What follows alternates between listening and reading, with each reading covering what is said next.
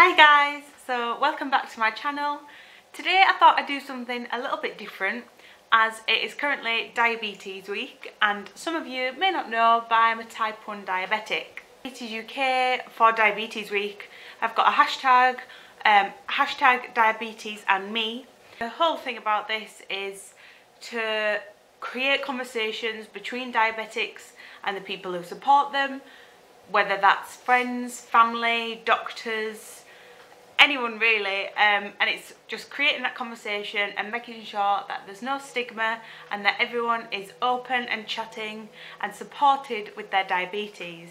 I apologise for this video, I got a bit more emotional than I was expecting to, so there might be lots of chops and changes, but hopefully you get the general gist. Information, make sure you check out Diabetes UK website, which I'll link below for you all, and yeah, check out the hashtag, share some stories. So a really important part about this campaign to make sure that diabetics know that they're not alone, that there's plenty of other people that they can share their story with, and for diabetics like myself to share your hints and tips for living life to the fullest as a diabetic. So a brief bit of history, I was diagnosed 5 months before my 16th birthday.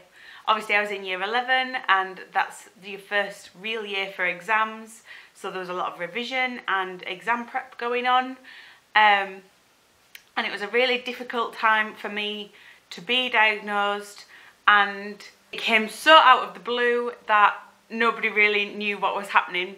I ended up in hospital for a week and all my family and friends were super supportive, and my high school were extra supportive once they'd understood what had happened. I've always been a person to never let anything stop me, so being told I was diabetic was a bit of a stumbling block for me.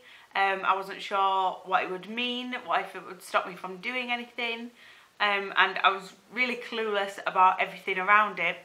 But thankfully I had a brilliant diabetic care team supporting me at my hospital at home in Leeds, and they were there with me every step of the way, and I know now that if I still need help I can contact them and they'll give me any support that they can.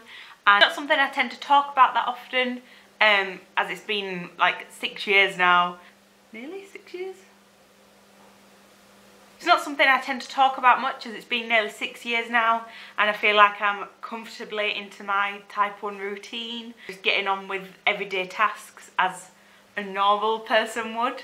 My family and friends have never let me down, and having that network around you is what makes living with diabetes so much easier. University was a massive step for me. I knew I'd always wanted to move away, so obviously that was a lot of stress on my family back home, worried about how I'd cope. But I met some of the greatest friends here and clued them up a little bit on the basics. I'm always there if I need a bit of a lift or support in any way. Still might get a bit confused every now and then, but they've never stopped me from doing anything I want, and I want to thank them for that. And finally, my biggest tip for living with diabetes is to try and not let anything faze you. And so much in the 6 years that I've been diagnosed, and I know that you can too. Obviously you just need the medical support and the knowledge to be able to understand your own body and your condition and what limits you can push it to. With the support of family, friends, loved ones, they can help you with the emotional side of things, and then you can go on and tackle anything. So I pledge to you to share your diabetes and me story, raise some awareness, raise some funds if you've got a bit of spare change, and support Diabetes UK. Thanks for watching. Bye!